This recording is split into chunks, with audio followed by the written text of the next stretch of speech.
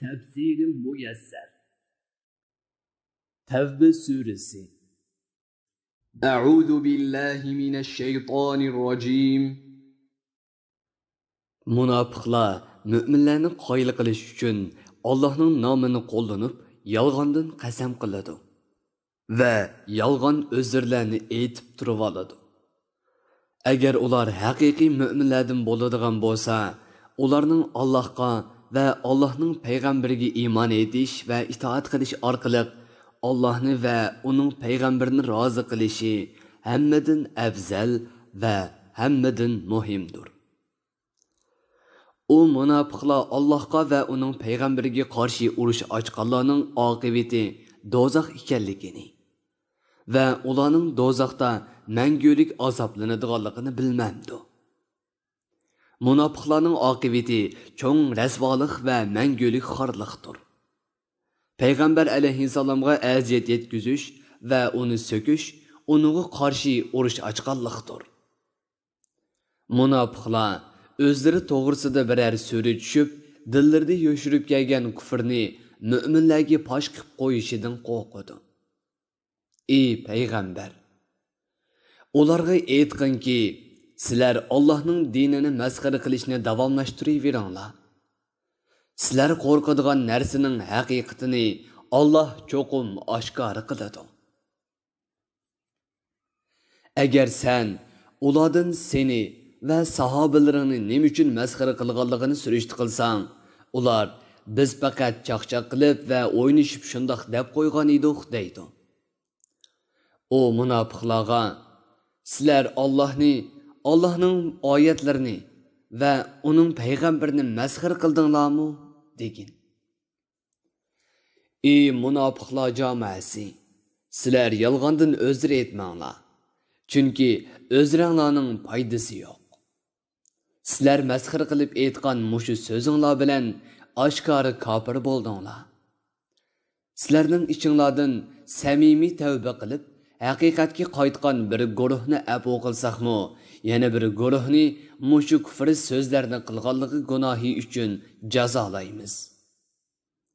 Munofiq erlar bilan munofiq ayollar yolg'ondan iymon etib qo'yib, ko'nglida kufrni yo'shirishda bir-biriga o'xshaydi. Ular bir-birini Allohni inkor qilishga, payg'ambarga osiylik qilishga buyuruydi. Kishilarni Allohga iymon etishdan va uningga itoat qilishdan to'sadi. Alloh yo'lida pul mol sarf qilishdan bexillik qiladi. Ular Allohni unutib ketdi. Shuning bilan Allohmi ularni o'z rahmatidan mahrum qildi va yaxshilikka muvaffaq qilmadi. Shubhisizki munofiqlar Allohga va uning payg'ambariga iymon etishdan bosh tortganlarning dal o'zidir. Alloh munofiq erlarni, munofiq ayollarni va barliq kofirlarni dozoq o'ti bilan ogohlantirdi. Ular dozoqda mangu qoladi. Dozoq ularning Allohni inkor qilganlik qilmish uchun yetarli jazodir. Allah ularni rahmetidan yiroq qildi. Ularga mangulik azob bor. Ey munofiqlar jamoasi, sizlarning haq dinni masxara qilish va Allohni inkor qilish qatorli qilmishinglar sizlardan burun o'tgan ozg'in ummatlarning qilmishiga o'xshab ketadi. Ular kuch-quvvatda sizlardan kuchli edi. Ularning mol-mulki va avlodlari sizlarninkidan ko'p edi. Ular dunyoning lazzatlaridan va barcha manfaatlardan to'liq bahramand bo'lgan edi. Ey munofiqlar jamoasi, sizlarmi xuddi sizlardan ilgirkilar bahramand bo'lgandek dunyoning lazzatlaridan va manfaatlaridan to'liq bahramand bo'ldinglar. Ular kufrning ozgonlariga petib ketgandek, sizlarmi kufrning ozgonlariga petib ketdinglar. Moshun nachar axloq bilan sifatlangan insonlarning yaxshilik deb qilgan amallarining hammasi dunyo va oxiratda bekor bo'lib ketdi.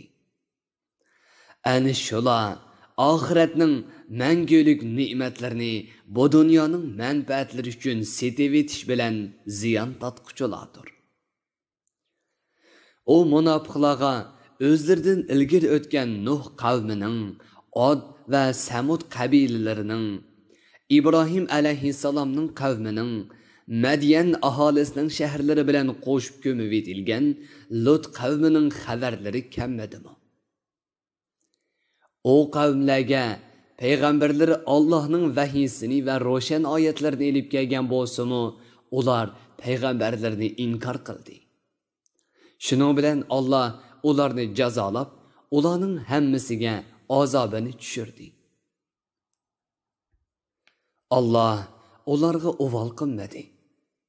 Lekin ular haq dinni inkor qilish va payg'ambarlarga osiylik qilish bilan o'ziga o'zi zulm qildi. Allohga va uning payg'ambariga iymon keltirgan mu'min erlar va mu'min ayollar bir-biriga madad berguchidir.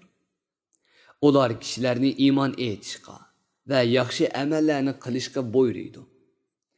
Ularni kufrdan va gunoh ma'siyatdan to'sadi. Namozni mukammal ado qiladi. Zakat beradi. Allohga va uning payg'ambariga itoat qiladi. Ma'ni qilingan ishlardan to'siladi. Ana shularga Alloh rahim qiladi. Ularni azobdan saqlaydi va jannatga kirgizadi. Sheksizki Alloh podshohligida g'olibdir. Barliq belgilimlarida hikmat bilan ish qilguchidir. Alloh mu'min erlar bilan mu'min ayollarga qasrlarning va dal-daraxtlarning ostidan o'sanglar eqib turadigan jannatlarni va ularning qarorgohidagi esil turalg'ularni va'da qildi. Ular jannatlarda mangu turadi. Jannatning mevalari mangu tugab qolmaydi. Allohning jannat ahlidan rozi bo'lishi bu ne'matlarning eng kattasidir. Mana bu eng cho'ng muvaffaqiyatdir.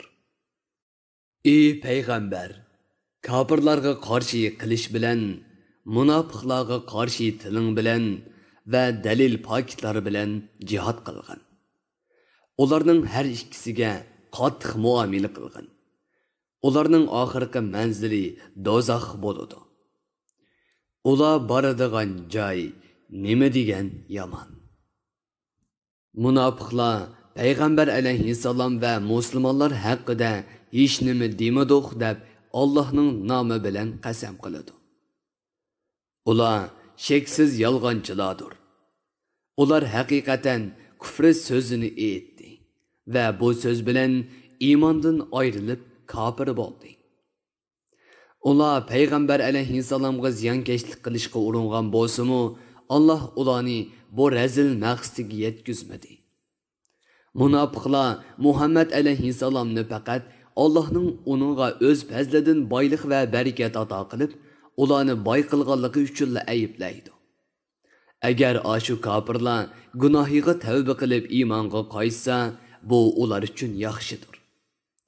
Agar ular iymondan davomli yuz o'risa va ahvolni o'zgartmasa, Alloh ularni bu dunyoda mu'minlarning qo'li bilan jazolaydi. Oxiratda jahannam o'ti bilan azoblaydi. Ularni azobdan qutuldiradigan hech qanday do'st yoki madadkor bo'lmaydi.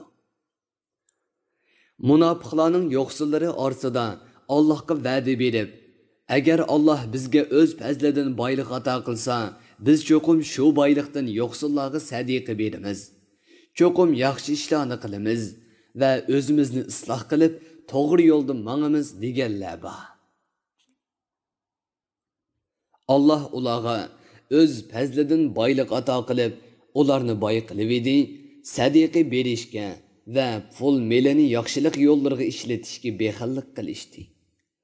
Islomdan yuz o'rib, bergan va'dasidan yana oldi.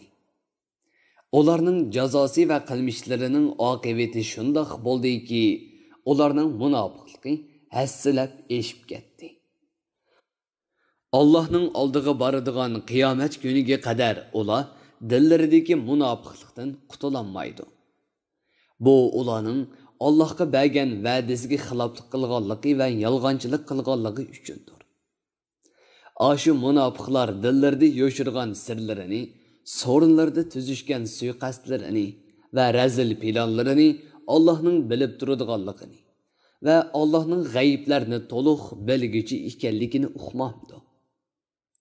Munofiqlar shundoq bexil maxluqlarki, pul melini sadiqa qiladigan kishilarmi ularning aziyatlaridan omon qolmadi. Chunki bu munofiqlar boylar o'z boyligiga yarasha sadiqa qilsa, ularni o'zini sexiylar qatoridan ko'rsatish uchun sadiqa badi deb ayiblaydi. Yo'qsillar o'zining yo'qsilligiga yarasha sadiqa qilsa, ularni bu sadiqa bilan kim hojatini ravo qila oladi deb masxir qiladi. Alloh bu munofiqlarga masxir qilinganlikning jazosini beradi. Ularga qattiq azob bor. Tafsiri muyassar. Bir guruhi o'lmalar nashrga tayyorlagan. Tarjima qilguvchi Muhammad Yusuf Muhammad Tursun. Muharrir Abdurrahim Davlat. Korrektor Abdulaziz Aqhun. 2020-yili yanvar 1-nashri. Teklimakan Uyg'ur nashriyoti tarafidan nashr qilingan. Mikrofon oldida İmran Abdug'ani Sadai. Bu asar avlod detallarida tarqitildi.